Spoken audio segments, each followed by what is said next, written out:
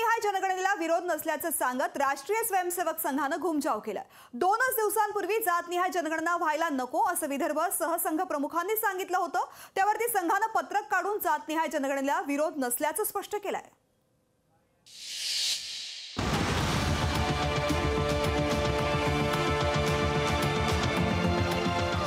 जाती व्यवस्था ही भारताच्या प्रगतीमध्ये एक बाधा आहे। तर जर ती बाधा आहे, जर ती कालबाह्य ठरली व्हावी असं वाटतंय आम्हाला। एकीकडे आम्ही म्हणतो की ती कालबाह्य व्हावी, जाती कोणी जातीपातीचा उच्चार करू नये, आणि दुसरीकडे आम्ही मोजदाद करणार याचा अर्थ मग आम्ही कुठेतरी त्याचं संख्यात्मक मांडणी करणार। तर त्यामुळे पुन्हा तिचं पुनरुज्जीवन होईल। पण जाती व्यवस्थेचं पुनरुज्जीवन करून आम्हाला साधायचं काय? जातनिहाय जनगणना नकोच हे छाती ठोकपणे सांगणारे हे आहेत श्रीधर गाडगे। श्रीधर गाडगे हे संघाचे सामान्य स्वयंसेवक नाहीत। RSSच्या विदर्भ सहसंघ प्रमुख असलेल्या श्रीधर गाडगे यांनी जातनिहाय जनगणना नकोच अशी भूमिका घेतली होती। एकीकडे संघ जातनिहाय जनगणना नको असं सांगत असताना तिकडे देशाचे गृहमंत्री अमित शहा मात्र जातनिहाय जनगणनेला भाजपचा पाठिंबा असल्याचं सांगत होते। इस मुद्दे पर हम राष्ट्रीय राजनीतिक दल है, वोटों की राजनीति नहीं करते हैं। सभी से चर्चा कर जो उचित निर्णय होगा वो जरूर हम करेंगे और बताएंगे। भारतीय जनता पार्टी ने कभी इसका विरोध नहीं किया है, परंतु बहुत सोच समझकर निर्णय करना पड़ता है। उचित समय पर हम बताएंगे।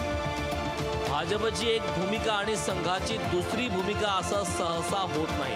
त्यामुळे जातनिहाय जनगणनेच्या मुद्द्यावर भाजप आणि संघात मतभेद आहेत का अशी चर्चा सुरू झाली होती। श्रीधर गाडगे यांनी बोलून 2 दिवस झाल्यानंतर संघाचे अखिल भारतीय प्रचार प्रमुख सुनील आंबेकरांनी पत्रक काढून संघाची भूमिका जातनिहाय जनगणनेविरोधात नसल्याचं स्पष्ट केलं।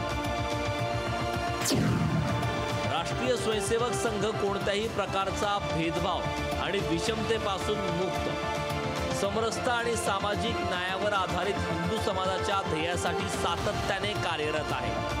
विविध ऐतिहासिक कारणांमुळे समाजातील अनेक घटक आर्थिक, सामाजिक आणि शैक्षणिक दृष्ट्या मागे पडले हे खरं आहे।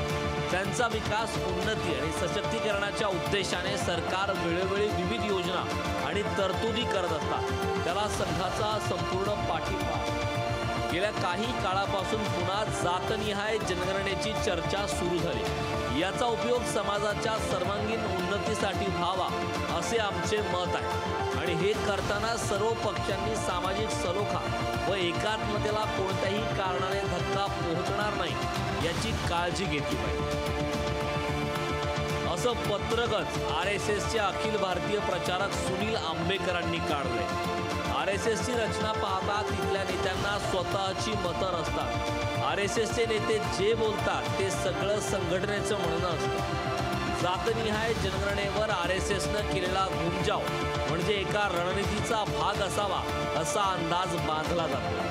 कल्पना नळसकर, लोकशाही मराठी, नागपूर।